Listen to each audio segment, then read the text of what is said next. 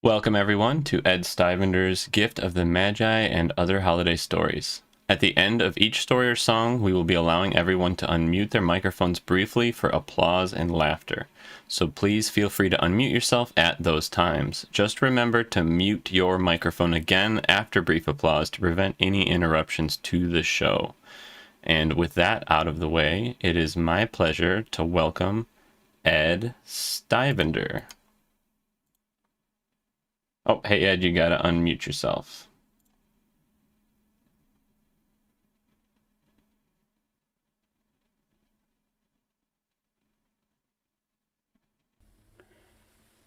There we are.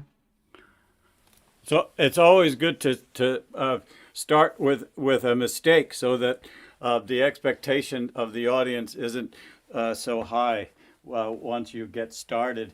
And so there it is. So yeah, thanks, Brendan, for explaining how to use the mute button, etc., etc.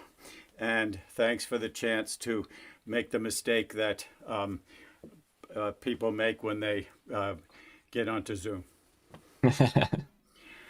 Okay.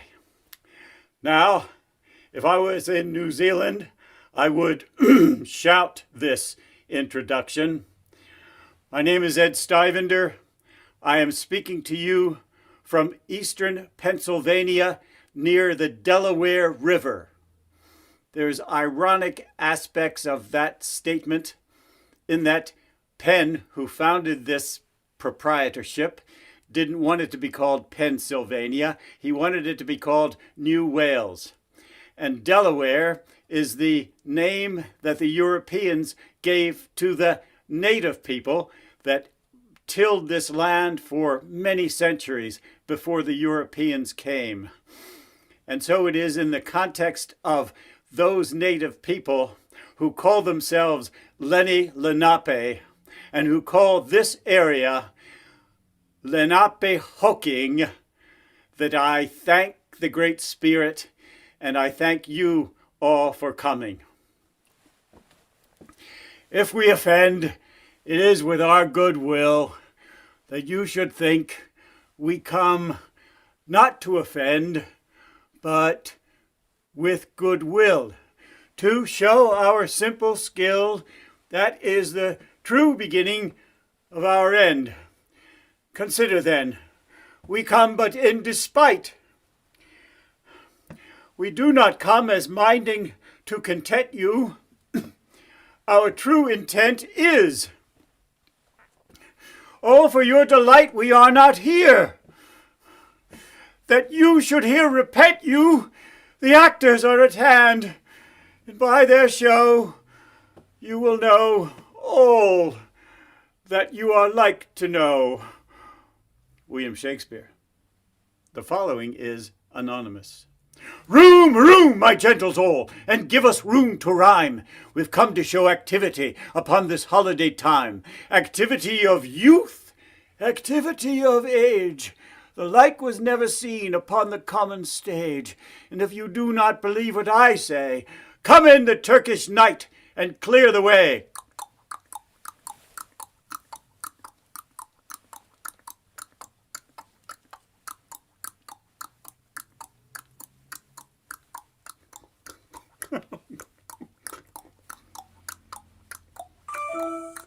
In come I, the Turkish knight, come from far off lands to fight this fight. I'm rough, I'm tough, as you can plainly see. That's where they call me Mr. T. Mr. T.K. Get it? A pity the fool that don't get my jokes. I seek King George, a man of courage bold. If his blood is hot, I will make it run cold. I'm rough, I'm tough, as you can plainly see. That's where they call me Mr. T.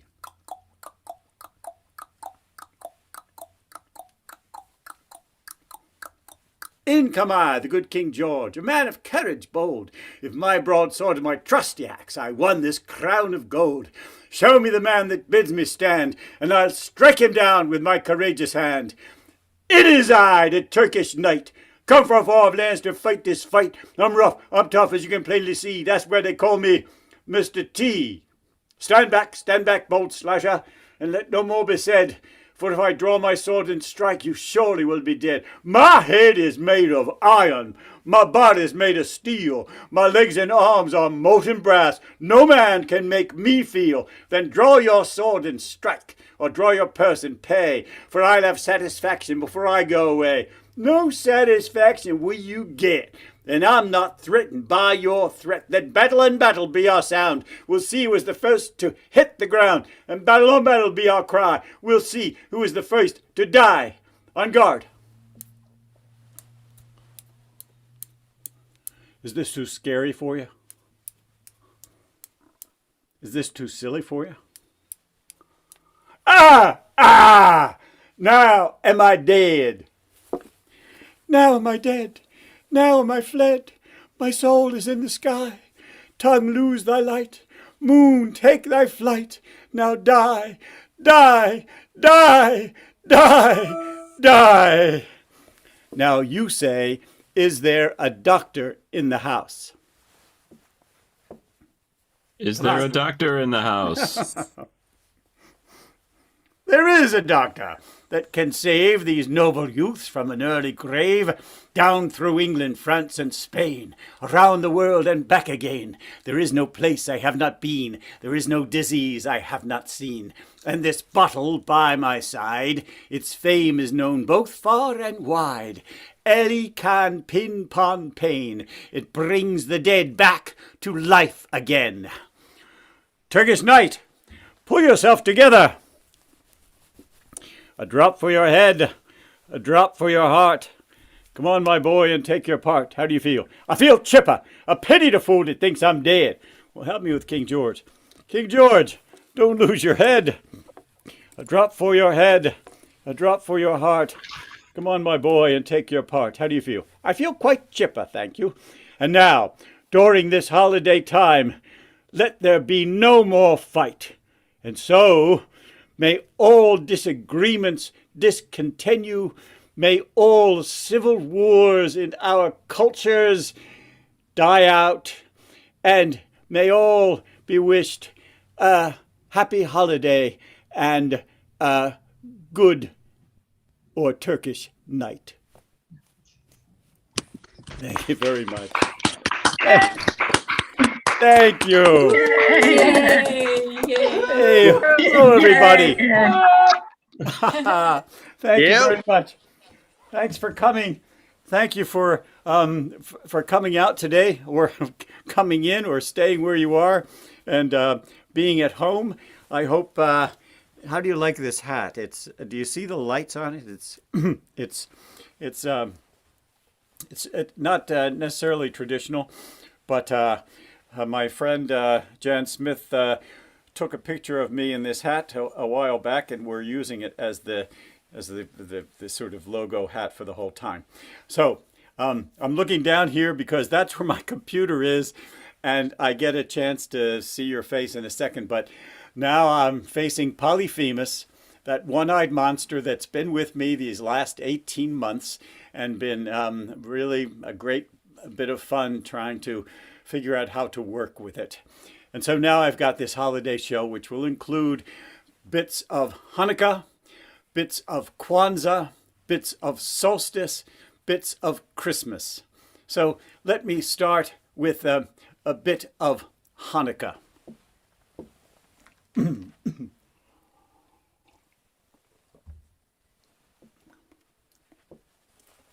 As you may know, today is the 7th day of Hanukkah, and tonight will be the 8th candle lit. And here is a piece that I wrote for the Lieberman grandchildren to explain a bit about Hanukkah from the perspective of what it says in the Old Testament Catholic edition in the book of Maccabees, which doesn't exist in the Hebrew Bible, but does exist in the Septuagint, the Greek version of the Hebrew Bible, that was written by the scholars of Alexandria so many years ago. at the holiday time, it's my custom to write a sonnet or some kind of piece of material to celebrate the Christmas holiday. I'm a Roman Catholic Christian, and that's my main celebration. But a couple of years ago, I wrote this in the same mode for the Lieberman children. A story of light. When government and avarice combine, the people pay the price in coin or time.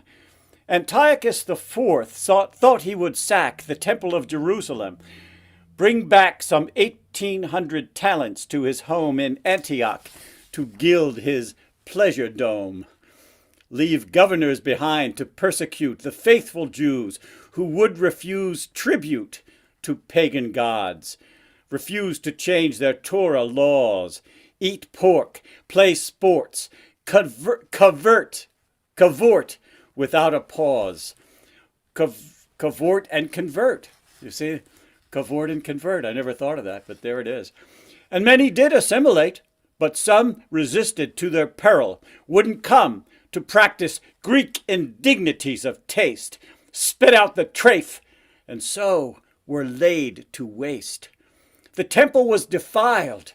Judas fled with 9, a band of brothers which he led. They lived up in the hills like wild men until they'd see the chance to come again. Meanwhile, the Greeks continued in their lust to torture, maim, and shame those who would trust the Holy One, blessed be he, in hopes he would requite injustice, once again make all things right. And so he did. Antiochus expired. The Maccabees then did what was required to cleanse the temple of that pagan stench, maintained 8 days of sacred light unquenched, yet oil enough for one. The other 7 miraculously glowed with light from heaven. So, if these dark times seem to hold no promise, breathe deep, take hope, hold love, and light the shamas. So there's a bit of Stivender's attempt to explain something out of my tradition. Yes. I do have a license, by the way, those of you who know about the Cultural Appropriation Society, I am a registered member there and do have a license to culturally appropriate any culture I want. Since we're during a peace time of the culture wars. And interesting, this word stench might have reminded some of you to something that a justice said the other day, but that's not my point here. My point, however, is to make sure that my computer doesn't make any more noise as it's been making. So I'm going to try to fix this computer, and it tells me that my battery is running low, so I'm in big trouble. And I hope you're enjoying this seeming incompetence that you see in front of you. It is not real incompetence. This was all planned, that I should have this this problem at the top of the show so that people would get comfortable knowing that they were in good hands, that Ed Stivender really knew what he was doing, and every mistake he made was planned. Those of you who have seen me live in various festival situations know how all of my mistakes are planned in order that I may recover from them. And the audience always loves my recovery more than they love my work, as it turns out, which is maybe unfortunate or fortunate. And now I'm going to take this silly hat off and do a piece from tradition that you may have heard versions of before.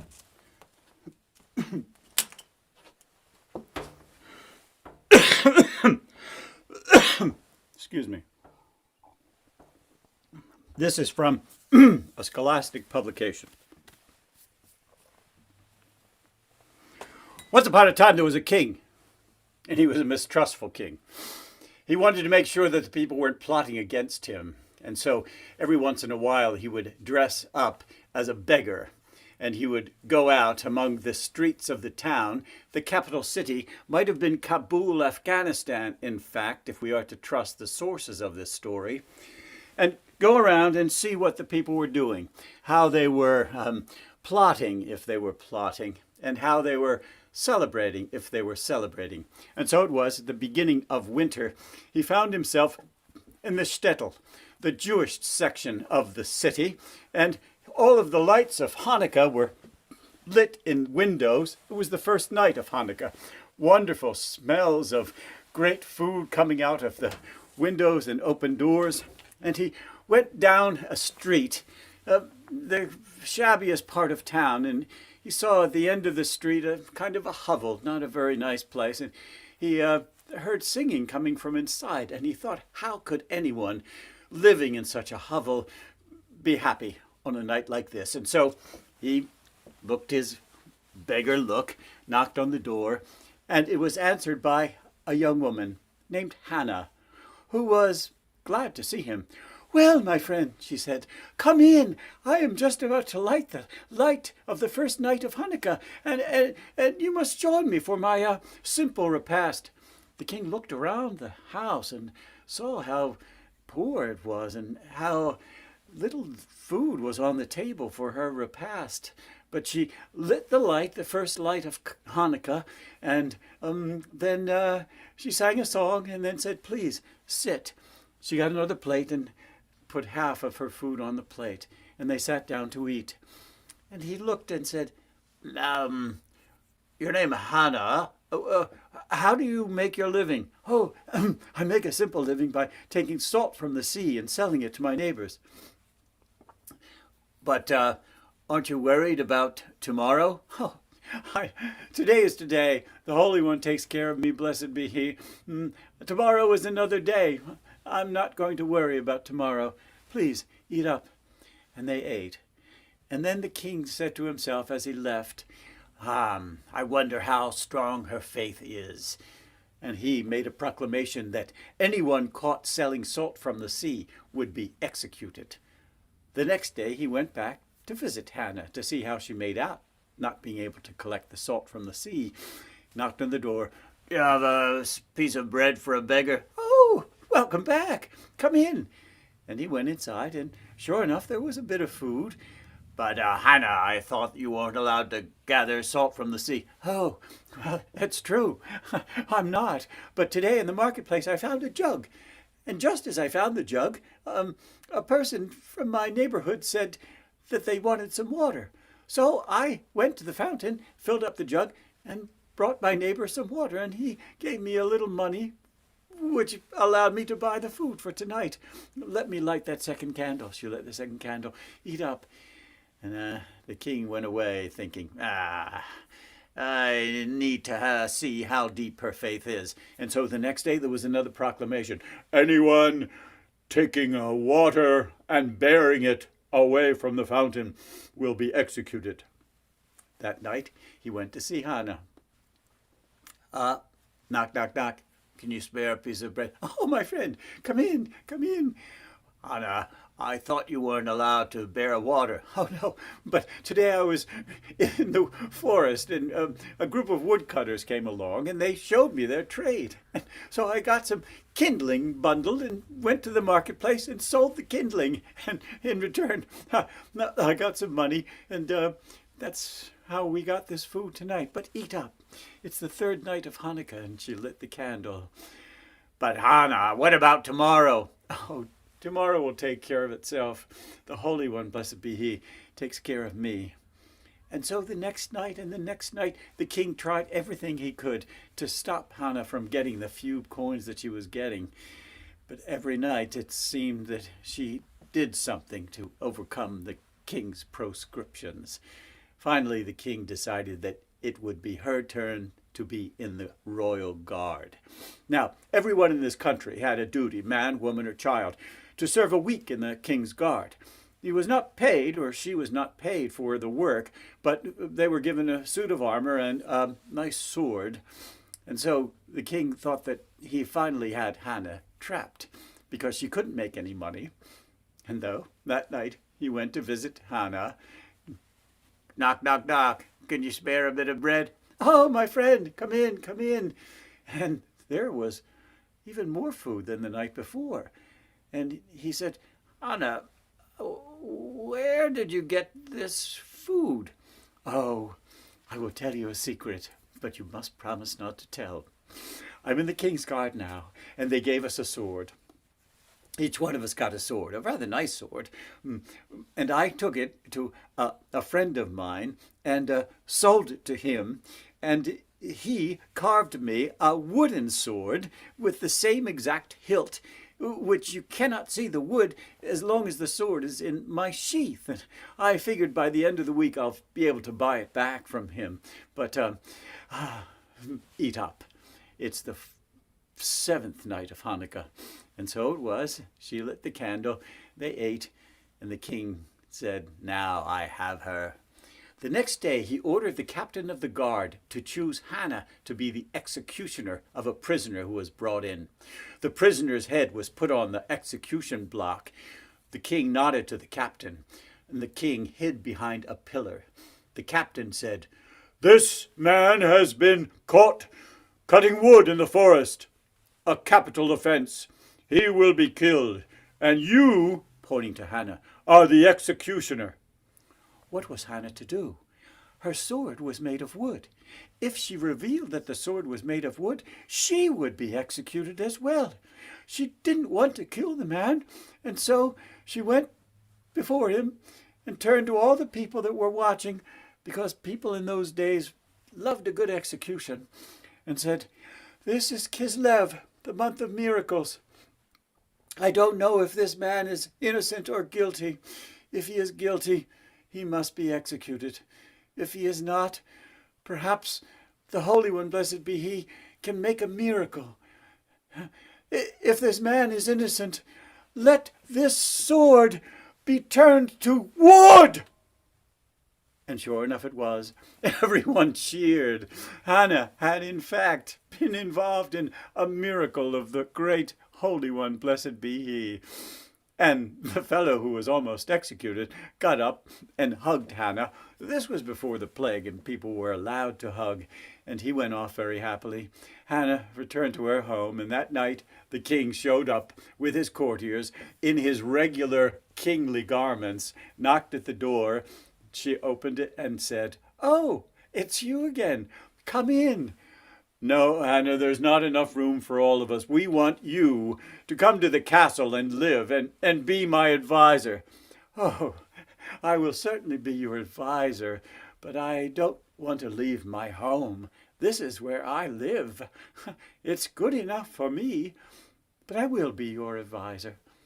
And so it was that Hannah, joyful Hannah, as they called her after that, advised the king, and the king ruled wisely and well. And that's the story of clever Hannah. It's from the Jewish tradition, probably based in Afghanistan. Hooray for Ed! Yes, yes. Hooray!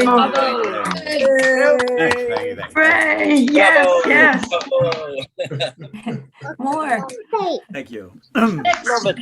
Okay, now let's see. Oh, so I don't know what advertisement you received to respond to come to this event today, but I said that I normally do a Christmas show. Last year, the question of Christmas was pretty sensitive, and I wanted to, just use the word Christmas. But this year, I began to think that perhaps I should expand the horizon now that I do have the certification for cultural appropriation. And so I said that I'm going to do a Hanukkah thing, a Kwanzaa thing, a Christmas thing, and a solstice thing. And people said, a solstice thing? How can he do a solstice thing? Is he a witch? No, I'm not a witch. But some of my best friends are witches.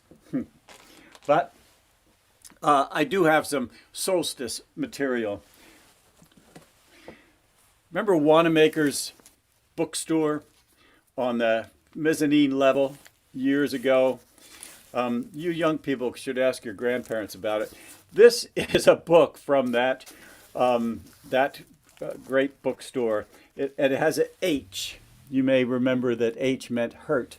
So I got this book for a couple of dollars, much less than it regularly cost. And in here, on page 9, is a poem, which is my salute to solstice from the American tradition of Wallace Stevens, an insurance man that spent his whole life doing insurance and writing at lunchtime. It's called The Snowman. One must have a mind of winter to regard the frost and the boughs of the pine trees crusted with snow, and have been cold a long time to behold the junipers shagged with ice, the spruces rough in the distant glitter of the January sun, and not to think of any misery in the sound of the wind, in the sound of a few leaves, which is the sound of the land full of the same wind that is blowing in the same bare place for the listener who listens in the snow, and nothing himself beholds nothing that is not there, and the nothing that is. So, Wallace Stevens with a bit of winter like. Here's something from Robert Frost. Some say the world will end in fire. Some say in ice. From what I've tasted of desire, I hold with those who favor fire. But if it were to perish twice, I think I know enough of hate to say that for destruction ice is also great and would suffice. So there we go. All right.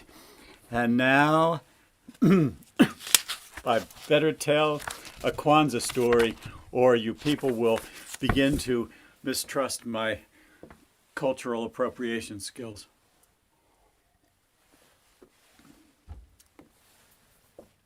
A woman named Rosetta Baskerville published a book in 1907 called The Snake King, The King of Snakes.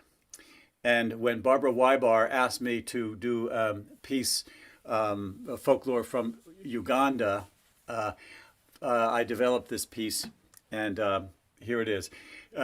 She calls it The Two Friends. You can find it on Gutenberg Project. Once, among the Boganda people, there was a potter and his wife. And they had one child, a boy child. And as the boy grew, he was strange. His parents really didn't know what to make of him. He never played with the other children. He kept to himself and just thought all by himself, and no one knew what he thought about. The women of the village said to the mother, "Oh, perhaps you will have other children, and they can grow up to be regular and normal people." "I don't want other children. I want this one to be normal." The men of the village tried to comfort the father, saying, "Sometimes strange boys grow up to be wise men." One of the wise men of the village said, "Leave the boy alone. We will see what he turns out to be." Well, that night, the mother and father discussed it, and the little boy overheard them. And he sort of woke up, and he thought about it for a few days, and finally one day he took his stick and he went into the forest, and he wandered all day long, and towards the sunset he ended up on the side of a mountain where there was a clearing. The sun was setting and the valley was full of purple and gold, but he didn't pay any attention to that. All he did was sit down on an old fallen log and think. Just then a lion came into the clearing. "What are you doing here, boy?" "Oh, I'm trying to figure out whether I'm a wise man or a fool." "Is that all you think about?" "Yes, that's all I think about day and night." "Then you are a fool. A wise man thinks about how to help his community." And that lion padded off. Just then, a gazelle jumped into the clearing, looked at the boy strangely, and said, "Oh, what are you doing here, boy?" I'm very miserable. I'm trying to figure out whether I'm a wise man or a fool. Well, let me ask you, do you ever dance when there is a community celebration? No. Everyone in my village dances, but I don't dance. I don't want to look foolish. Then you are a fool. A wise man dances when there is reason to. And he bounded off. Then a monkey came down from the trees. Oh, hello, boy. What are you doing here? Oh, I'm very miserable. I'm trying to figure out whether I'm a wise man or a fool. Well, do you eat? Yes, I eat. My mother cooks very good food every night, and I eat. Well, do you ever thank her? No. Why should I do that? Then you are a fool. A wise man is always thankful, and especially towards his parents. And the monkey bounded away. Then there came into the clearing a leopard. The leopard looked at the boy, sniffed the air, and said, "What are you doing here, boy?" "I'm trying to find out if I am a wise one or a fool." "Well, what do your playmates say? How do they feel about the way you play football and kick that ball without using your hands? What do they say?" "Oh, I never play sports. I'm afraid of losing." "Then you are a fool. A wise man always plays and competes with his brothers to get better at a thing and to sharpen his skills and to show how important community play is. You are a fool." Just then a great elephant came bounding down the path, and he looked at the boy and said, "What are you doing here, boy?" "I'm miserable. I'm trying to figure out whether I'm a wise one or a fool." What work do you do?" "Work? I don't do any work." "Then you are a fool. All wise men work to help their community." And off went the elephant, and the boy sat there and cried as though his heart would burst. After a while he heard a voice coming beside him. "Hello, hello, why are you crying, boy?" And he looked down, and there was a rabbit. "Well, I'm trying to find out if I am a wise man or a fool, but all of the animals say that I am a fool." "Well, I think they are right. They have told you to think great thoughts and to join in with your community and to dance and participate. None of the animals ever have any time except for what they should be doing, and they wonder how a human could be so lazy. How a boy like you, Thanks, Dorothy. Yeah, bye-bye. how a boy like you could be so fruitless all day long when they are hard at work. Oh, but go ahead, you can cry some more, and when you're finished, you can come home with me. It is getting dark." And so the boy went home with that rabbit, and the rabbit brought him nuts and water, and the rabbit also gave him a cover to keep him warm. And they talked far into the night. And in the morning, the boy said, "You know, I think I would like to do what my father does. He is a potter. But if I go back and say that I want to be a potter, the people will laugh at me." "Oh, no, don't worry about laughter. A wise man is not concerned with the laughter of others. Only a fool is insulted by laughter. If I were you, I would go back to my father and ask him to train me. And here is a song. It will help you in your training. When the shadows have melted in silver dawn, farewell to my dreams of play. My feet are strong and my hands are ready to do what I have to do today. To build my community, to create something for myself and the people around me too. It is time to get on with my life, and so shall you." The boy thanked the rabbit for his hospitality, and he went home, and he found his mother working in the garden, knelt down and said, "Mother, I am sorry for not thanking you for all that you've done for me." And his mother was sort of amazed that he had become such a smart boy in just overnight. And then he went to his father and said, "Father, I want you to teach me how to become a potter like yourself." And the father was amazed at that and began to teach him right then. And at the beginning, the people of the village did laugh at him. And after a while, they stopped laughing, but he kept learning to be a potter. And he learned the moves of football, what we would call soccer. And he became a member of the community and a rather good dancer, as it turned out. And his pottery was almost as good as his father's. So there's a story, and those of you who are familiar with the eight values of Kwanzaa recognize a couple of them in that story: creativity, community help, and all the rest of it. So that's my story of Kwanzaa. Thank you. Thank you. Oh, one of my nice favorite news story. stories from you, Good Ed. story. Awesome. Oh yeah, thank you. Let's see. Hanukkah, Kwanzaa, solstice. What other holidays? Oh, I know. How about one that is a solstice one and is also connected to Al-Islam? Assalamu alaikum. Here is one that I wrote in 2007, one of the Christmas sonnets, because at that time, this festival of Eid al-Adha happened in December.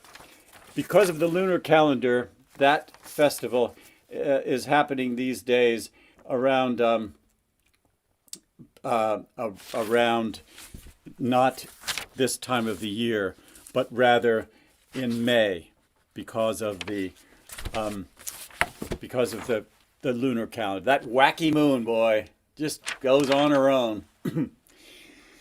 This is a sonnet for the new year of 2007, the year in which Eid al-Adha was in December. Abraham was the founder. We think of Abraham as being the founder of the Islamic tradition, the Jewish tradition, and the Catholic tradition. Talk about appropriation. This is about Abraham, and the feast of Eid al-Adha celebrates the time when Abraham was faced with a command from God to sacrifice his son, and in fact, at the last minute, didn't have to, and it was the great Abrahamic tradition against infanticide, which has made our tradition so wonderful. So that's what is celebrated, Al-Hadha, usually with great feasts of meat. 2007, there were wars in the Middle East. The sons of Abraham rise up to smite their kindred's spirit, slaying their faint hopes, as if revenge could e'er dispel the night, and justice fair be woven with knotted ropes. So Romulus and Remus did contend for sovereignty upon a patch of hide, as if a brother's spilt blood could portend good fortune by the other's love denied. Yet still the sun climbs higher every day, as if Dame Nature doesn't note our strife, but seeks to guide our wanderings as we stray toward liberty and happiness and life. May wars and misled vengeance this year cease. The mercy of God's love yield light and peace. Now you're sitting there thinking, now when is he ever going to sing or going to do the story that I came to see called Gift of the Magi? I bet he's going to run out of time before he even has a chance to do it. What a ripoff.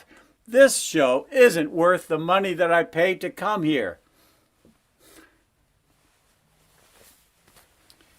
1905, New York City. There's a woman counting coins standing in front of a sofa. $1.87. That was all. And 62 cents of it was in pennies. Pennies saved 1 and 2 at a time by bulldozing the grocer or the vegetable man or the butcher until one's cheeks burned with the silent imputation of parsimony that such close dealing implied. 3 times Della counted it. $1.87, and the next day would be Christmas. She had only $1.87 with which to buy Jim a present. There was clearly nothing to do but flop down on the shabby little couch and howl. So Della does it, which instigates the moral reflection that life is made up of sobs, sniffles, and smiles, with sniffles predominating. While the mistress of the home is subsiding from the first level to the second, take a look about the home. A furnished flat for $8 a week. Does not exactly beggar description, but it has that word on the lookout for the mendicancy squad. In the vestibule below, there is a letter box into which no letter will go. Also an electric button from which no mortal finger can coax a ring. Also appertaining thereunto is a card bearing the name Mr. James Dillingham Young. The Dillingham had been flung to the breeze in a former period of prosperity when its possessor was making a salary of $30 a week. Now, since the salary had shrunk to $20, the letters on the word Dillingham looked blurred, as if they were seriously contemplating contracting down to a simple, unassuming D. But whenever Mr. James Dillingham Young came home and reached the flat above, he was greatly hugged and called Jim by Mrs. James Dillingham Young, already introduced to you as Della. Della finished her cry and attended to her cheeks with a powder rag. She stood by the window and looked out dully at a gray cat walking a gray fence in a gray backyard. The next day would be Christmas Day, and she had only $1.87 with which to buy a present for Jim. She had been saving every penny she could for weeks. $20 a week doesn't go far. Expenses had been greater than she had calculated. They always are.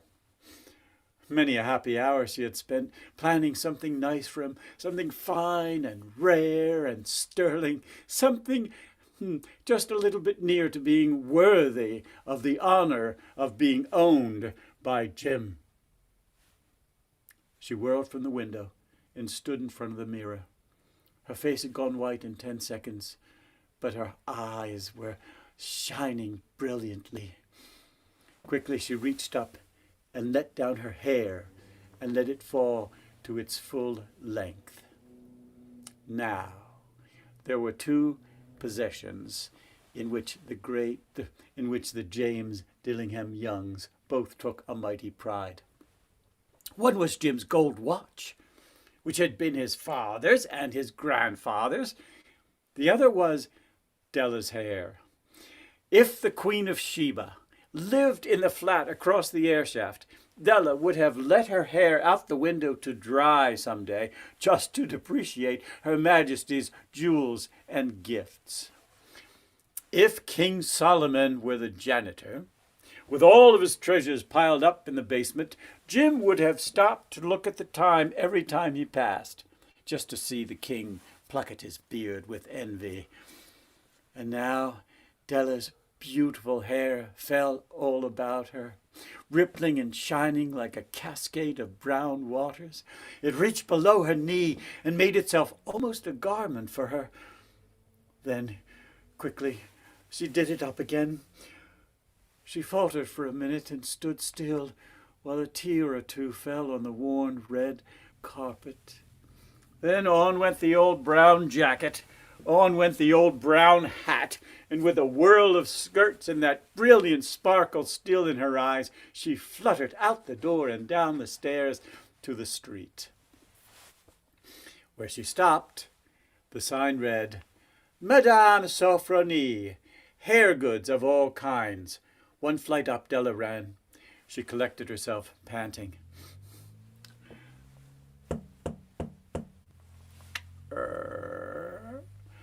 Madame, large, chilly, too white. Hardly look the Sofronie. Will you buy my hair? I'd buy hair. Take your hat off and let's have a look at the likes of it. Down rippled the brown cascade. Madame, weighing the mass with a practiced hand. $20. Give it to me quick. Oh, and the next 2 hours tripped by on rosy wings. Forget the hashed metaphor. Della was ransacking the stores looking for Jim's present. She found it at last. It clearly had been made for Jim and no one else. It was like him. Quietness and value, the description applied to both. It surely had been made for Jim and no one else. There was nothing like it in any of the stores. It was a platinum fob chain, simple and chaste in design, proclaiming its value by substance alone, and not by meretricious ornamentation. It was even worthy of the watch. $21 they took from her for it, and she hurried home with the other 87 cents. With that chain on his watch, Jim would be tempted to look at the time in any company. As grand as the old watch was, he sometimes looked at it on the sly on account of the leather strap he used instead of a chain. When Della got home, her intoxication gave way a little to prudence and reason. She lighted the gas, brought out her curling irons, and went to work repairing the ravages of generosity added to love. A tremendous task, dear friends. Mammoth task. Within 40 minutes, her head was covered with little close-lying curls. They made her look wonderfully like a truant schoolboy. She looked at herself in the mirror long, critically, and carefully. If Jim doesn't kill me before he takes a second look at me, you'll say I look like a Coney Island chorus girl. But what could I do? What could I do with $1.87? At 7 o'clock, the coffee was made. The frying pan was at the back of the stove, hot and ready to cook the chops. Jim was never late. She folded the chain in the palm of her hand and sat on the corner of the table by the door he always came in. And then she heard his step on the first stair down on the first landing, and her face went white for 10 seconds.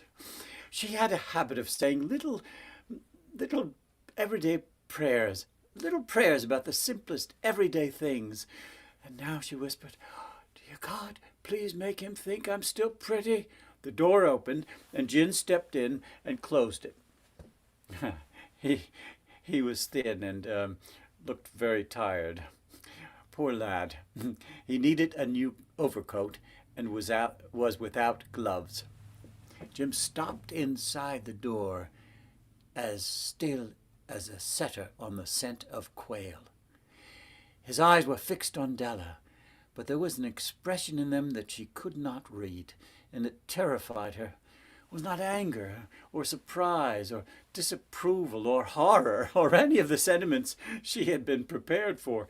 He just stared at her with that curious look on his face.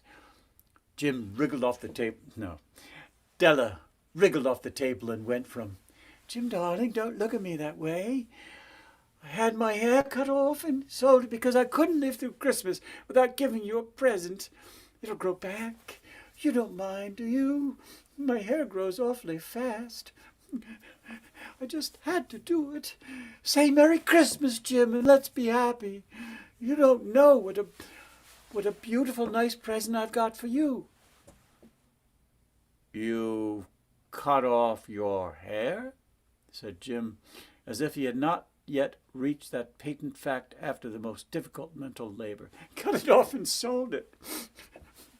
But don't you like me just as well, anyhow? I'm me without my hair, ain't I?" Jim looked about the room curiously. You say your hair is gone?" "You needn't look for it, Jim. It's gone, I tell you. Gone and sold, too. Be good to me, boy, for it went for you. Maybe the hairs of my head were numbered, but nobody could count my love for you. Shall I put the chops on, Jim?" Out of his trance, Jim seemed quickly to wake. He enfolded his Della. Let us, for 10 seconds, examine with a discreet scrutiny some inconsequential object in the other direction. $8 a week, or $1 million a year. What is the difference? A wit or a mathematician would give you the wrong answer. The Magi brought wonderful gifts, but that was not among them. This dark assertion will be illuminated later on. Jim reached into the pocket of his overcoat, pulled out a package, and threw it down on the table. "Ha! Don't make any mistake about me, Del. I don't think there's anything in the way of a haircut, or a shave, or a shampoo that would make me like my girl any less. But if you look at what's in that package, you'll see how you had me going for a while at first." White fingers and nimble tore at the string and paper, and then an ecstatic cry of joy, and then a quick feminine change to hysterical tears and wails, necessitating all of the comforting powers of the lord of the flat. For there lay the combs, the set of combs, side and back, that Della had worshipped for long in a Broadway window. Beautiful combs they were, pure tortoiseshell with jeweled rims, just the shade to match the beautiful vanished hair. They were expensive combs, Della knew, and her heart had coveted and yearned after them without the least hope of possession. And now they were hers. But the tresses that would have adorned the coveted adornments were gone. But she hugged them to her bosom, and in a moment was able to look up with dim eyes and a smile and say, "My hair grows back so fast, Jim." "Oh!" Della leaped up like a singed cat from the fireplace. Jim had not yet seen his beautiful present. She held it out to him in the palm of her hand. The dull and precious metal seemed to glow in the reflection of her bright and ardent spirit. "Isn't it a dandy, Jim? I hunted all over town for it. You're going to have to look at your watch 100 times a day now. Give me your watch. I want to see how it looks on it." "Jim?"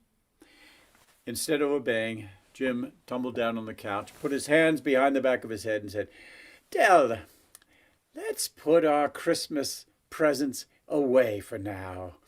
They're too nice to use just at present. I sold the watch to get the money to buy the combs. Let's say you put them chops on." The Magi were wise men, as you know, wonderfully wise men. They invented the art of giving Christmas presents.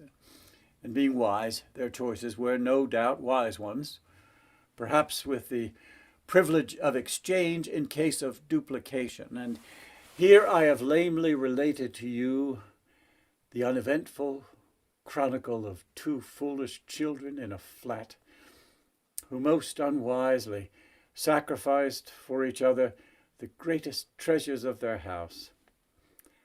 But in a final word to the wise of these days, let it be said that of all who give gifts, these are wisest. Of all who give and receive gifts, such as these are wisest. Everywhere they are wisest. They are the Magi.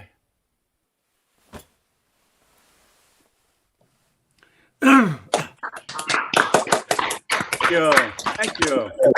Thank you, Ed. Wonderful, wonderful stories. Okay, it's time for Wonderful intermission. telling. Thank you. Well, it's not over yet. You certainly are welcome to go home at any time, but or you probably are home. But I do have more stories for you if you feel like hanging out. But now it's time for intermission, a short intermission, and then I'll be back with some more stories and some ideas about Christmas presents for your some friends of yours. But I'll see you in 5 minutes.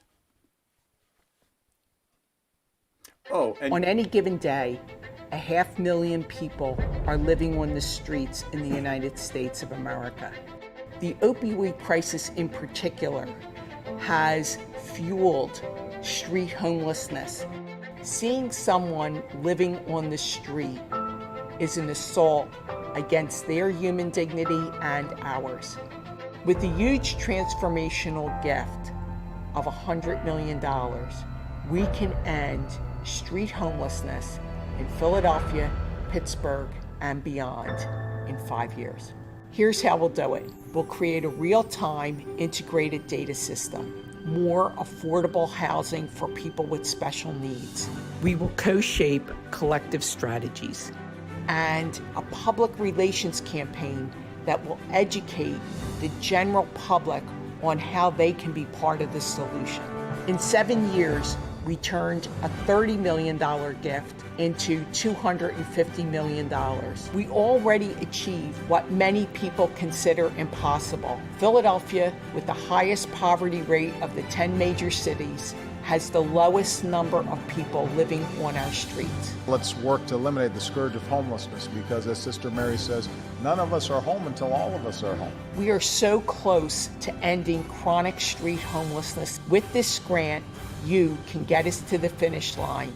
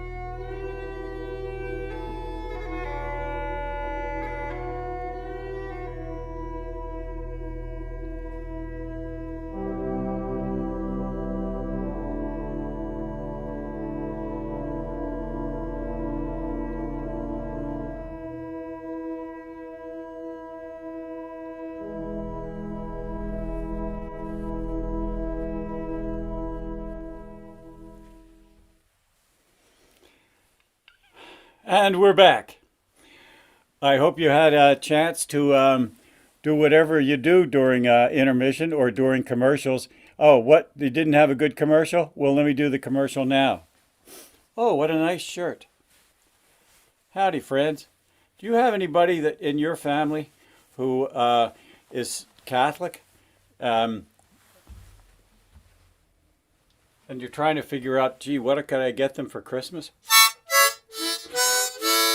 Maybe your parents or your grandparents are Catholic and they were raised Catholic, and you can get one of these for Christmas or Hanukkah or Kwanzaa or whatever.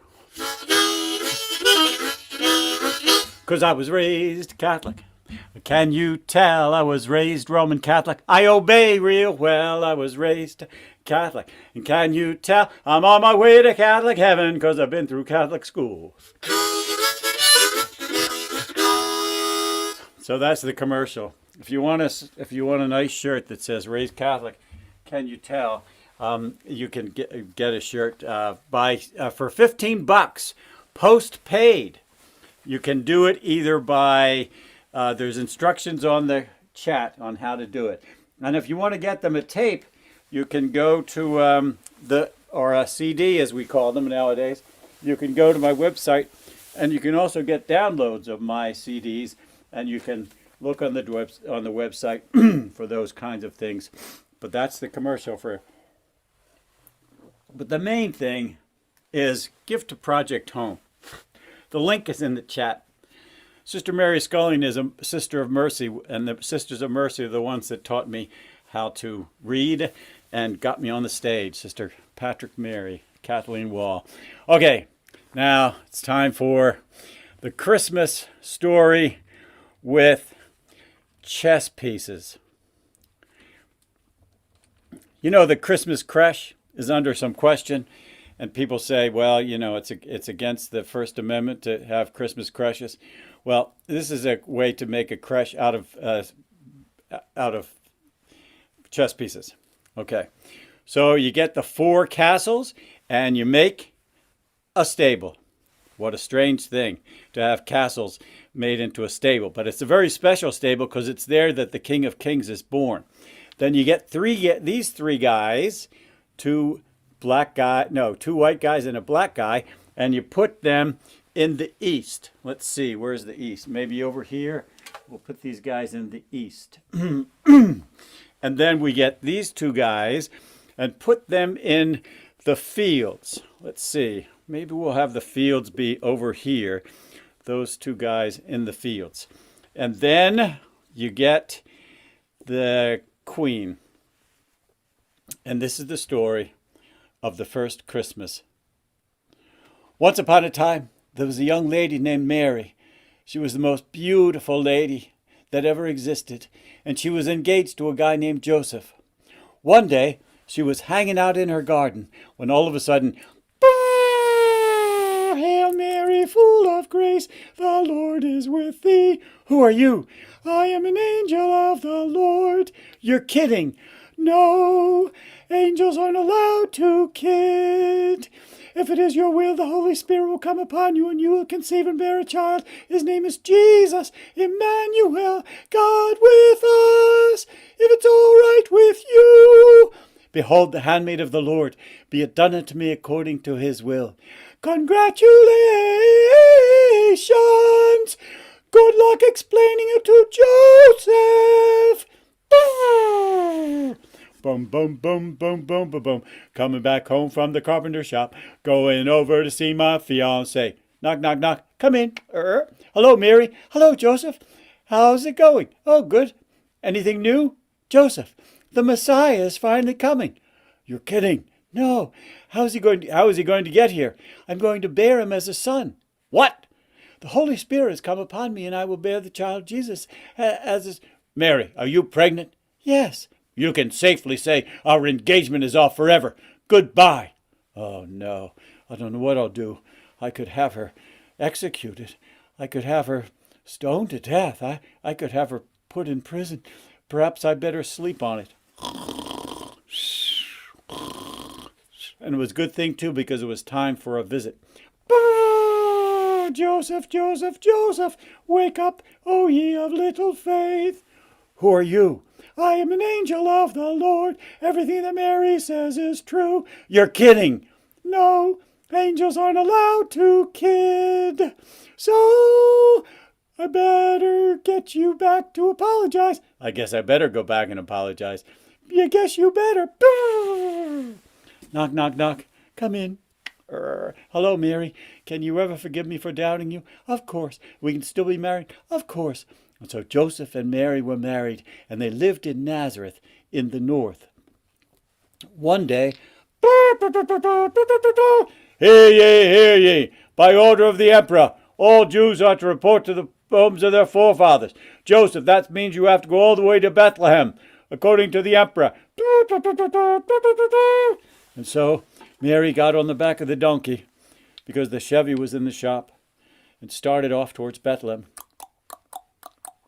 When they got to Bethlehem, they knocked at the door of an inn. Yeah, what do you want? Excuse me, sir, we're looking for a place to stay. You got reservations?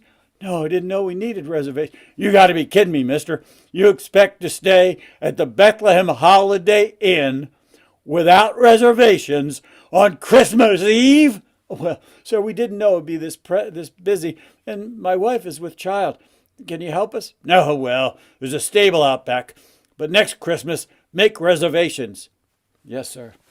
So they went round to the stable. They opened the door. Mary lay down in the straw, Joseph next to her.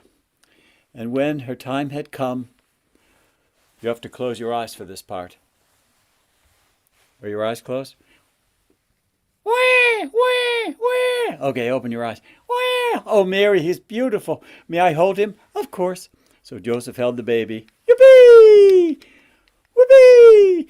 And they were very, very happy. They weren't the only ones that were happy.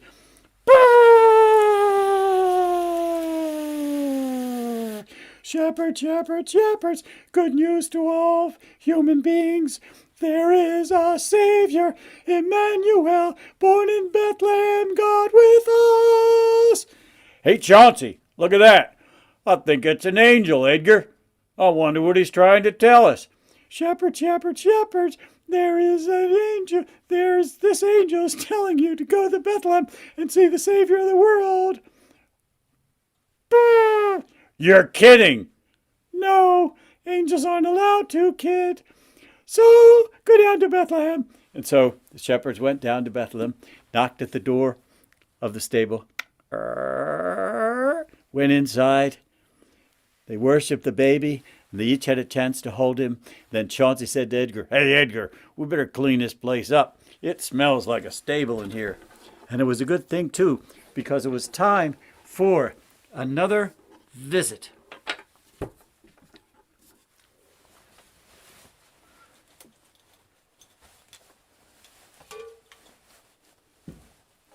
Remember the three kings in the east?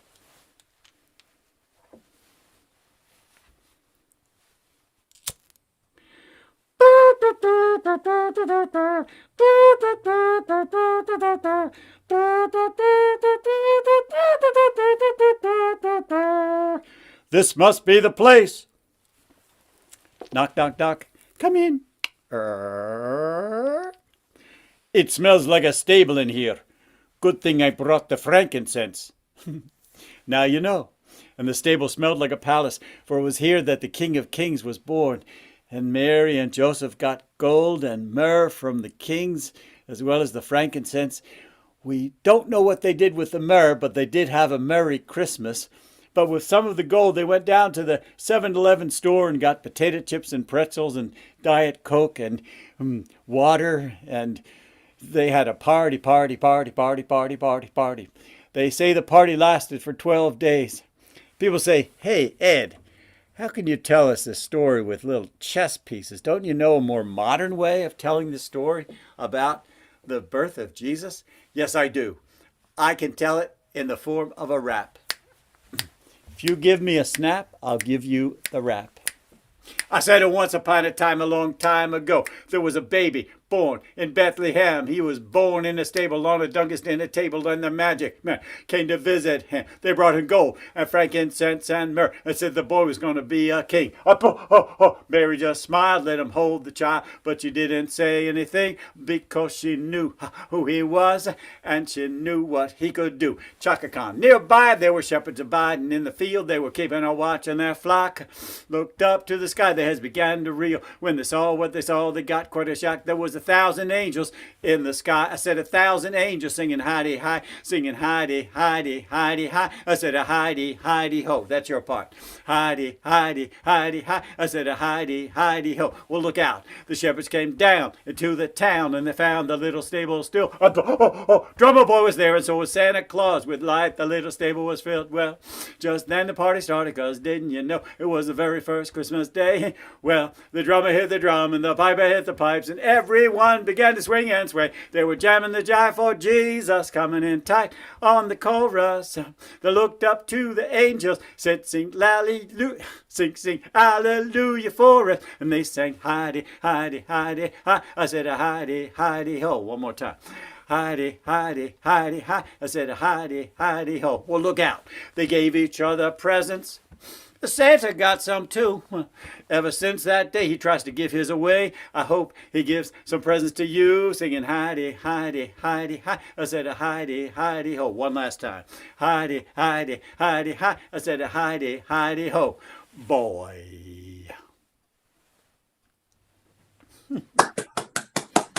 Oh, there it is. Yay. Christmas wrapping and the thing. Thank you very much. All right, those. Now it's Christmas. Oh, thank you. Yeah, thank you very much. I'm going to close the show, which is going a little long, and I'm sorry for that. But thanks for indulging me by coming here. And I'm going to do an improv fairy tale, my favorite kind of thing, based on audience suggestions. Usually I do a fairy tale, etc., etc. Not this time. This time I have 5 ideas that I need your help with. I need the name of a classic Christmas story, the name of a character from another Christmas, Hanukkah, or Kwanzaa story, or solstice story, a place where that story normally wouldn't occur, a pet peeve about the holiday time, and a saying. And I'll try to make a story that's never been told before in the history of the world. Wish me luck. Okay, now I'm going to ask you if you have an idea. Let's take them in order. If you have an idea, unmute yourself and give me the name of a classic Christmas story. Charlie Brown's Carol. Christmas. Charlie Brown's Christmas and Christmas Carol I heard at the same time. Is that correct? Yes. Okay. All right. Well, whatever I hear first, I have to do it, and I heard it at the same time. Okay. Christmas Carol, Charlie Brown's Christmas. A character from another Christmas story. Rudolph. Rudolph. Okay. All right. Rudolph the Red-Nosed Reindeer. Okay. Or is that the one? Or Rudolph Hess? Rudolph Hess. No, Rudolph the Red-Nosed Reindeer. Okay, got it. Place. The North Pole. North Pole. Okay. Bill. All right. A pet peeve. Something you really hate about the holiday season. Carol singing. Oh, no. Okay, carol singing. Yep. There's no mistakes in this part of the show. Carol singing, and then finally a saying or a slogan or a jingle or aphorism or something. Even the tinsel was fake, Ed. Even the tinsel was fake. Even the tinsel was fake. Oh, boy. Okay. So we got Christmas Carol, Charlie Brown's Christmas, the character of Rudolph the Red-Nosed Reindeer, the North Pole, even the tinsel was fake, and carol singing. Oh. But we don't have time. Oh, I'm sorry, friends. It would have been so nice to have. No, I'll do it.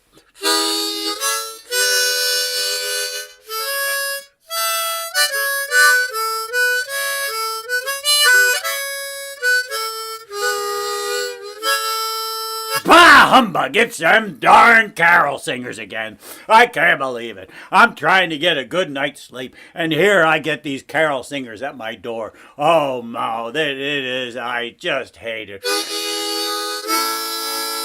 It was a cold night, and Scrooge was trying to get to sleep, but he kept getting visitors. He got the ghost of Christmas past, he got the ghost of Christmas present, he got the ghost of the future, he got the ghost of Hanukkah, he got the ghost of Kwanzaa, he got the ghost of solstice, and he was just disgusted. And he heard those carol singers once again coming his way, and he was very angry.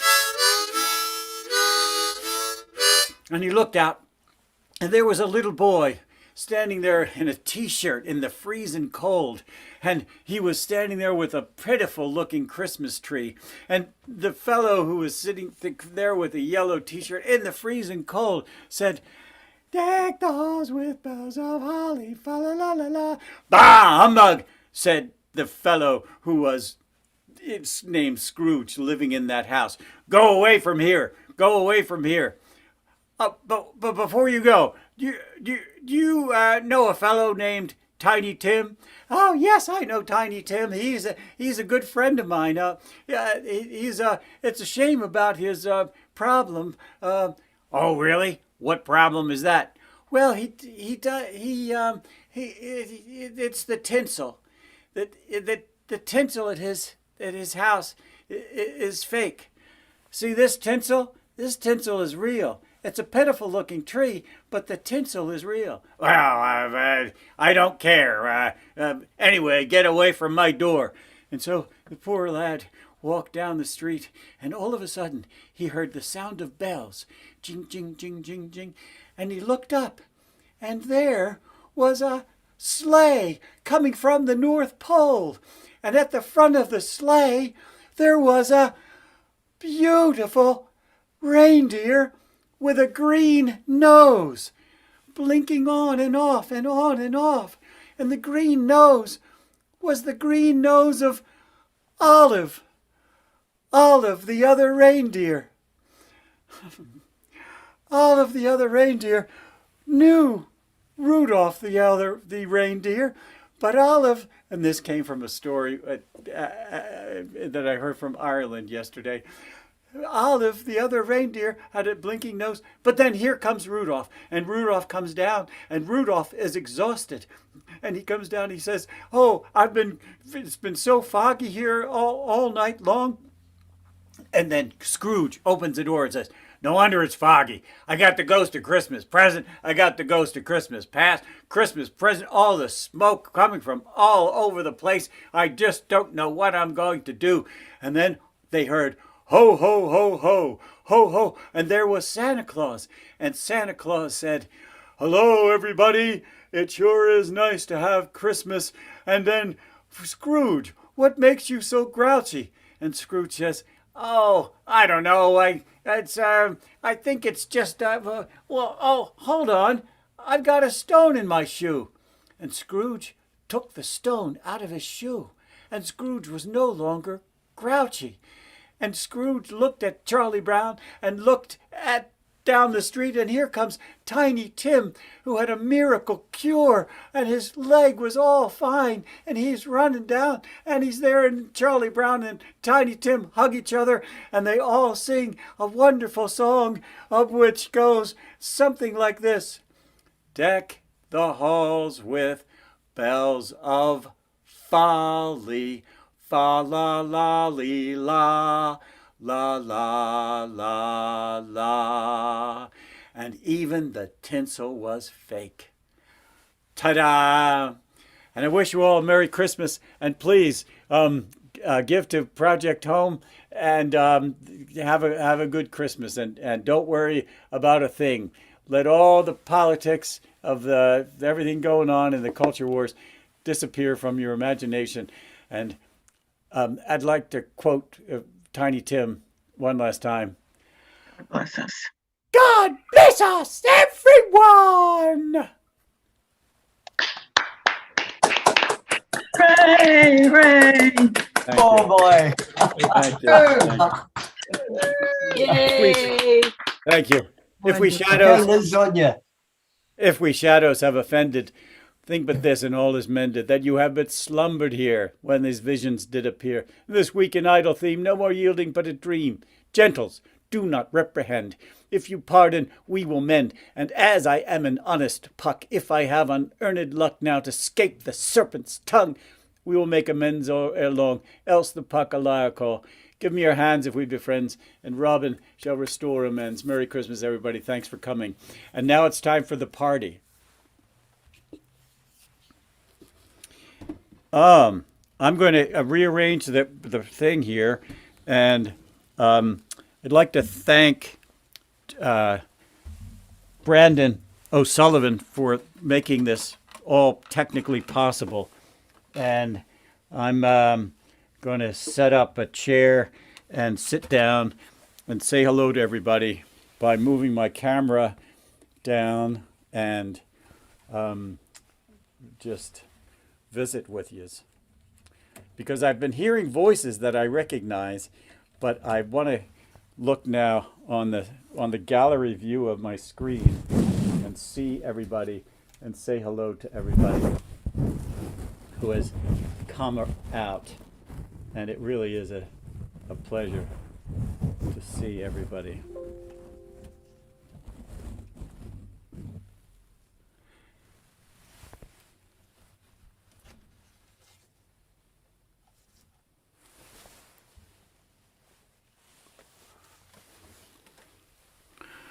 Okay, here we go.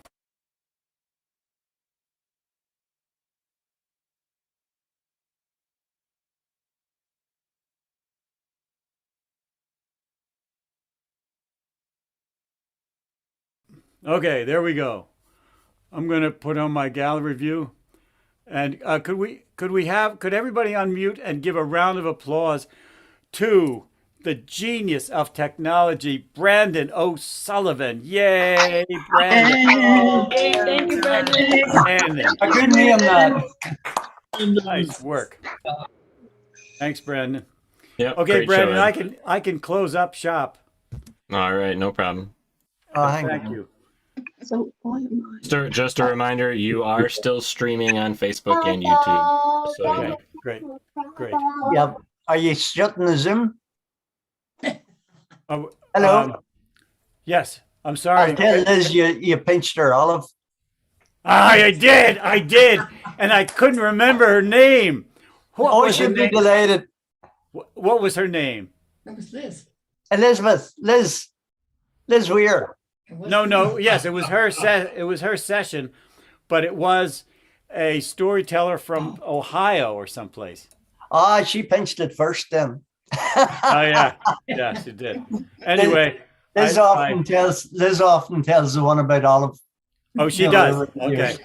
Well, it was nice to have a reason to do it. It's great to see you, Peter Murphy. Are you in Ireland? I think so. Yeah. Oh, great. And you After that session, I don't know where I am. Your beard is all lit up. It looks fabulous. Grandchildren got me that for last Christmas. Oh, it's beautiful. Oh, look at you. Look at you guys. Now I get a chance to see you. The problem for me, either I can do the show by looking straight into the camera, what I call the eye of Polyphemus, and or looking at the screen, and I can't do both. So I've been only hearing some of your voices and unable to see your faces. But now I get the next generation of big TVs will have a camera in the middle of it. Oh, good idea. Good idea. Well, look at you guys. Oh, yes. Look at you all. Thank you. Oh, yeah. Thank you for coming. Whoa. Hello from Arizona. Hello, Arizona. Oh, yikes. Pennsylvania. Hello, Pennsylvania. Or New Wales, as we used to call it. Oh, look at you guys. Dublin. Where? Dublin. Dublin, yes. Oh, wow. Jack Lynch, welcome from Dublin. Good to see you, buddy. Great to see you, Ed. Chuck Kruger in the top thing, and Nell Kruger there. It's the top of my screen. I don't know. Was so wonderful to invite me in 1997 to come to the Cape Clear Festival in Cape Clear, Ireland, and where I met Jack Lynch and Dovey. And Dovey. And in fact, Dovey's here as well. Hello, Dovey. Hello, hello. Wonderful, wonderful evening. Thanks. Are you in Ireland? Who? You. Sometimes, but not at this moment. Right. I don't think. Right. Here. I'm pretty sure I'm in Pennsylvania. Oh, yeah, good. Yes, good to see you. Oh, look at you. I'm going to do a roll call now. Janice Smith, thanks for coming. Chuck and Nell, thanks for coming. Sandy Moyer and Jerry Johnson, I haven't seen you in 100 years. And Quaker meetings on Zoom now, but that's another story. Mary Garrett, welcome. Thanks for coming. Bill and Carla. Bill is the clerk of the Germantown meeting that I traditionally crash on a Sunday morning after going to Catholic church the Saturday night before. Great to be here, Ed. Thank you. Thanks for coming out. And Jack Lynch is the hero of Irish film and storytelling. And thanks for coming, Jack. Yvonne Young, thank you. Yvonne sent me a wonderful book of angel vigils of storytelling. I studied, so thank you, Yvonne. Thanks for coming out. Joanne Fitterer, thanks for being here and for being so shy that your face doesn't exist. And Jan Smith, you're being shy as well, which is a First Amendment right. That's the nice thing about Zoom. You don't have to show your face.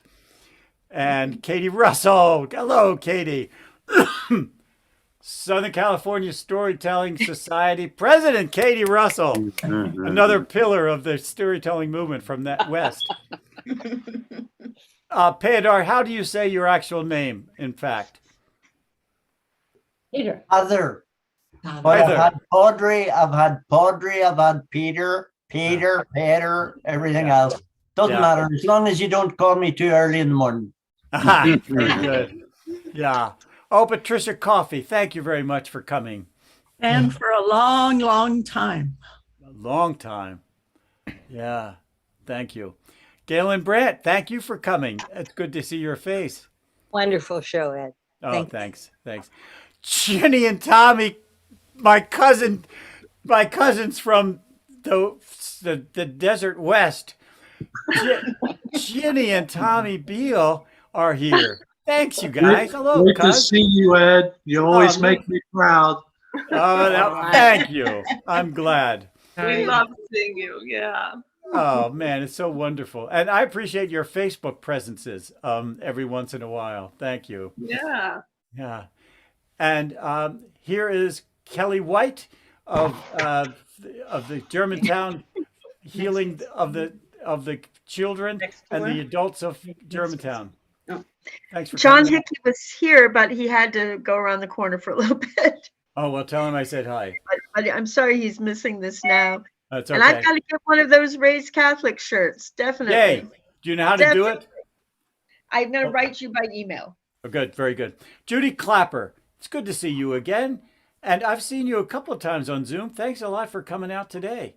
Good to see you too, Ed. Yeah, all of the other reindeer are behind me, so.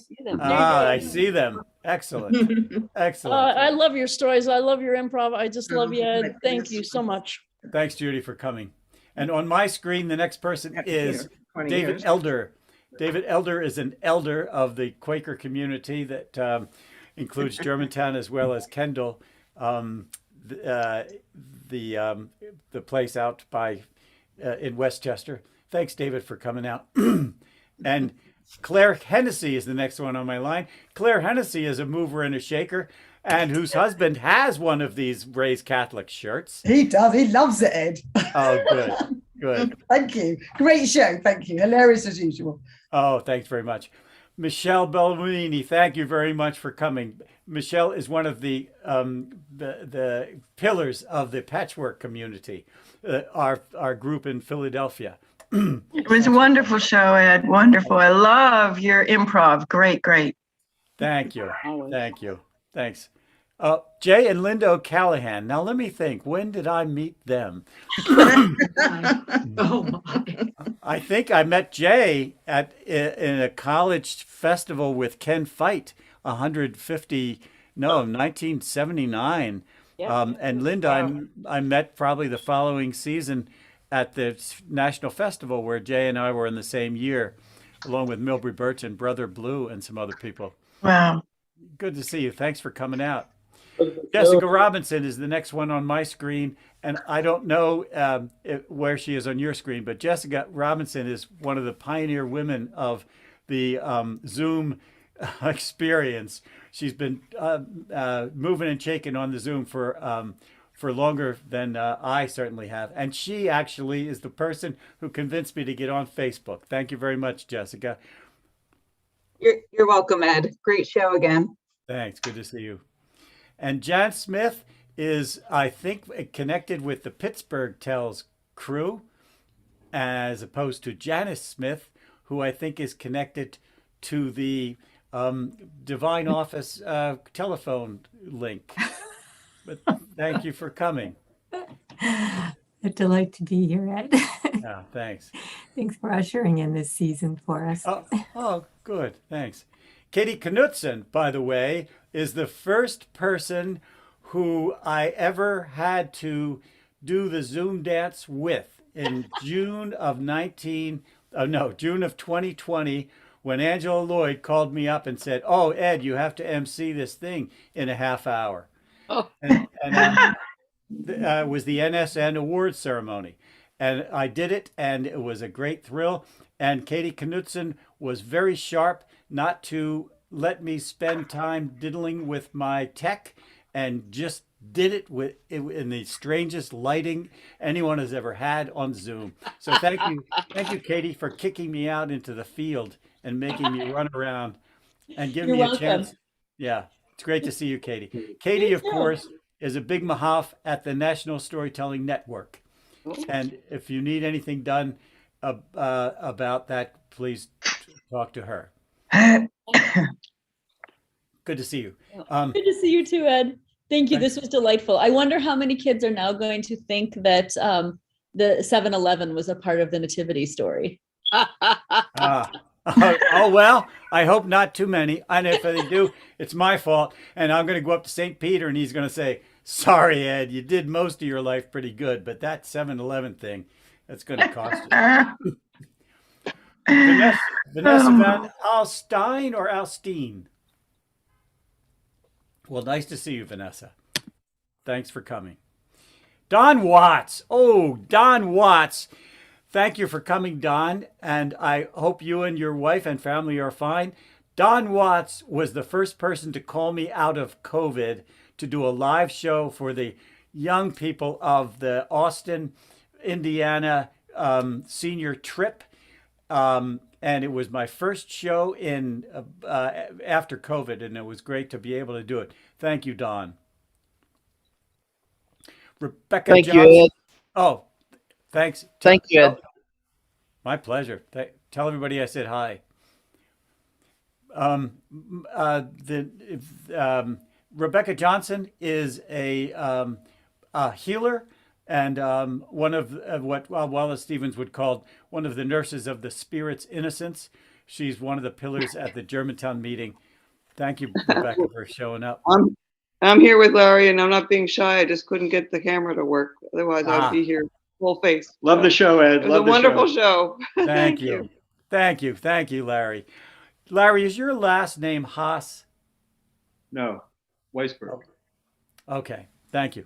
Because someone named Molly Haas has been very supportive, and I thought, I wonder if that's Larry and Rebecca's Molly, but it's not. Nope. Oh, wow. Nancy Clancy is on my screen. She is the secret of my existence. She is my manager and also my sister. She was my sister before she was my manager, and she became my manager the day I double booked a show for 2 shows for the same day. And I said, "Nancy, help me." And she helped me get through pre-puberty and childhood, and she's really the secret of my existence as a storyteller today. Thank you, Nancy, for coming. Jody Fitterer, welcome. Everything okay? I hope so. Okay, that was my roll call. Now I'm open for questions. Oh, isn't that what they normally do? Oh, Ed will be available for questions following the show. But I don't have to answer questions. Just look at your faces. What a treat is this? My heavens. Jeez. Thanks, you guys, for showing up. You're welcome. Shall I do my... do you feel like another story? Sure. You're all welcome to leave. But I tried to memorize this piece unsuccessfully, so I'm going to use a cheat sheet.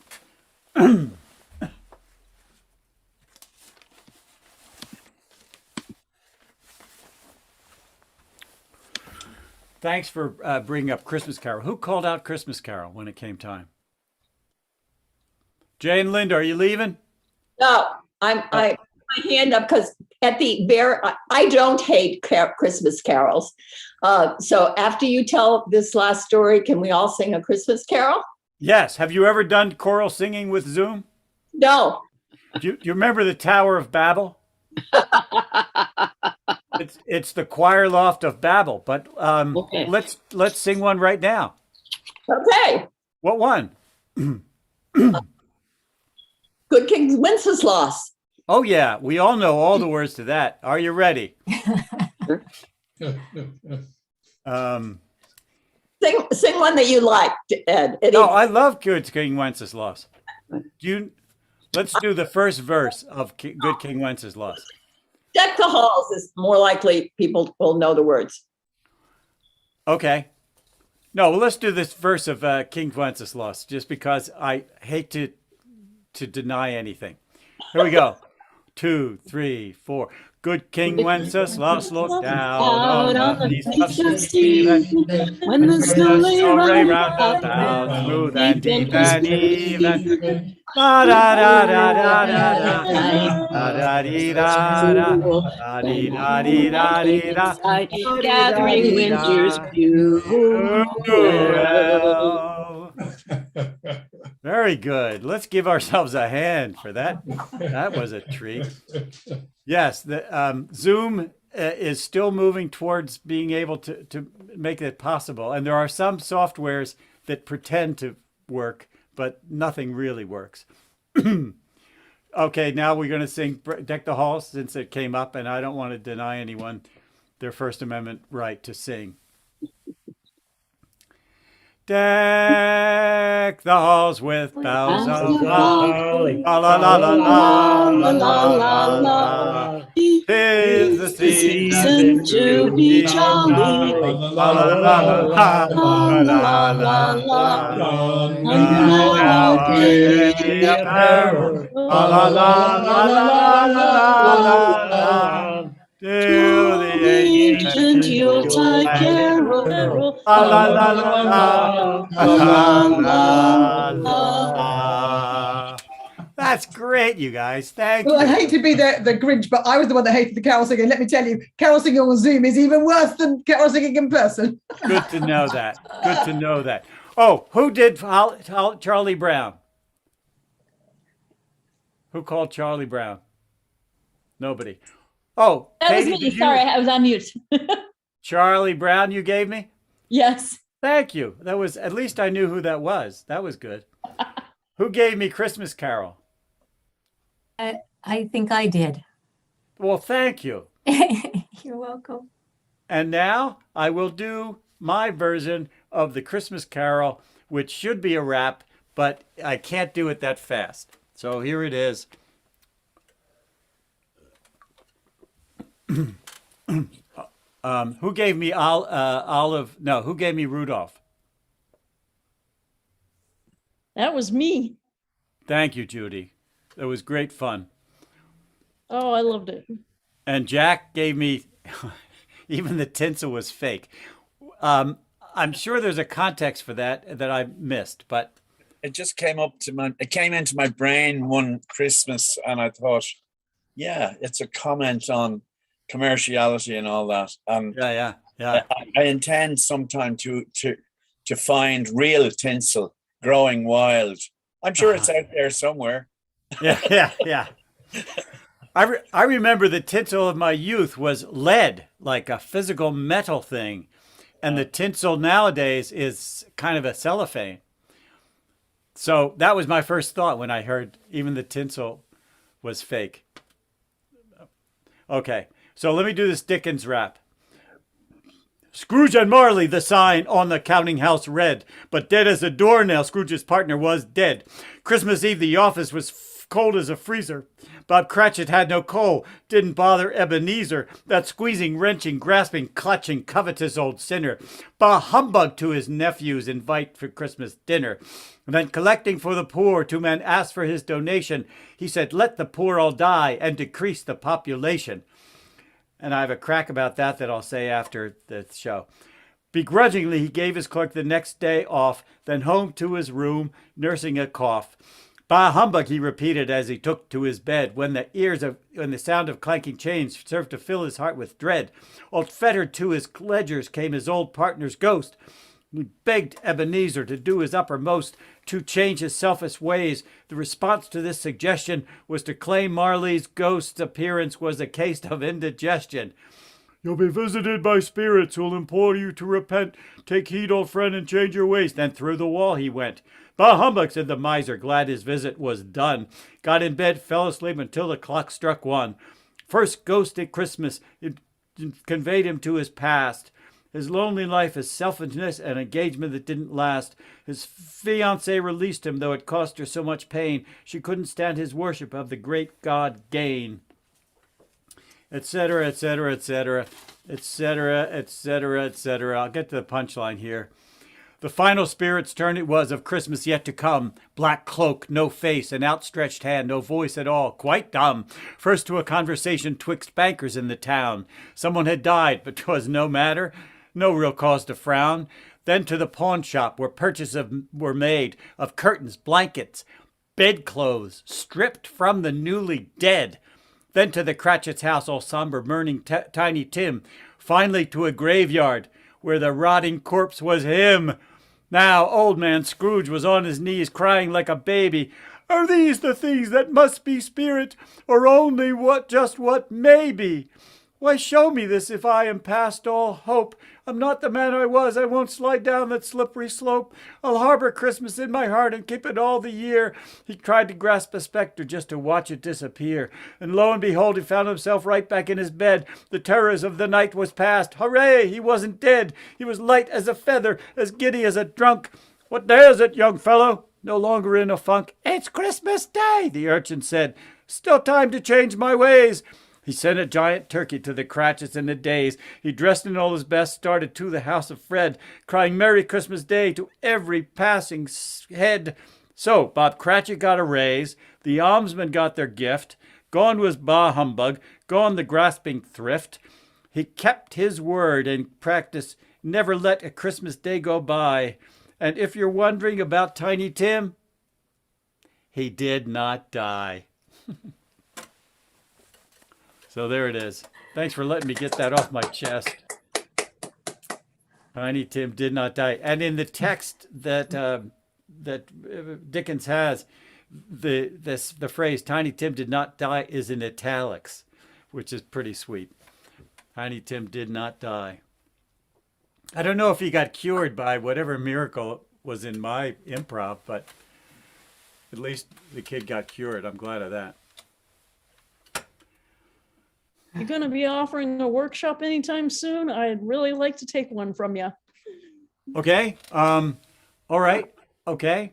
Let me think. What time of the would a weekend be good, or a weeknight, or a weekday? Weekend or evening or whatever, or you can do a Survey Monkey poll, whatever. Okay. Okay. All right. Thank you for the challenge, Judy. Many of my peers do workshops all the time, but I've always felt a little humble about it. But now that I did a hour and a half show in my basement, freezing cold, I probably could do a workshop of some sort. I'm a 9-month-old storyteller, so I learn from everybody. So don't let that. Okay. You are lucky. You are very lucky. Yeah. I've had a very blessed year. Yes. Good for you. Who got you please, please share your knowledge. And I have improv training. So whatever, improv storytelling, bring the play. Okay. All right. Thanks for the challenge. Okay. Yes. Well, okay. Thank you. And Ed, I do want to mention you've got like a ton of producers on this Zoom window right here. So if I do have a ton of producers. I'm sure there are people who could definitely help you with that. Oh yeah, yeah. Jessica Robinson is the mover and shaker that sort of got me going onto the Zoom thing. Her friend Claire Hennessy. What does that say? I'm listening while I cook. Oh, what are you cooking, Jessica? Eggplant parmesan. Oh, yum. Huh. I'm It's sorry. Italian in me. Yeah. Beam it up, Scotty. Yeah, exactly. Let's have some. Claire Hennessy. Down. It'll be ready in 3 hours. Oh, I could almost make it in 3 hours. Thank you. Claire Hennessy is a producer of the 6 Feet Apart storytelling. And by the way, Claire, that cup you gave me is my favorite new cup because of the yellow color of the inside of that cup makes my coffee look seriously delicious. So thank you, Claire. Everything is always better with 6 feet apart. Yeah. So thank you. There are some amazing producers of Zoom work in the community, and those are 2. And then Janice Smith with the Pittsburgh Tell. That was great fun the other day working with Janice Smith and that community. Yeah. I'm going to sign off. Good night. Thank you very much. What time is it, Peter? What time is it? Bedtime, 9 o'clock. 9 o'clock. Sorry to keep you up. Thanks for coming, Peter. And I'll send you an email. Thanks, Ed. I'll send you an email. I have two errant sons in Arlington, Virginia. Yeah. Okay, great. Thank you. So I'll send you an email to send a shirt to each of them. Okay, great. Yes, sir. Bye-bye. Thank you very much. All the best, everybody. Bye. Thanks for coming, Peter.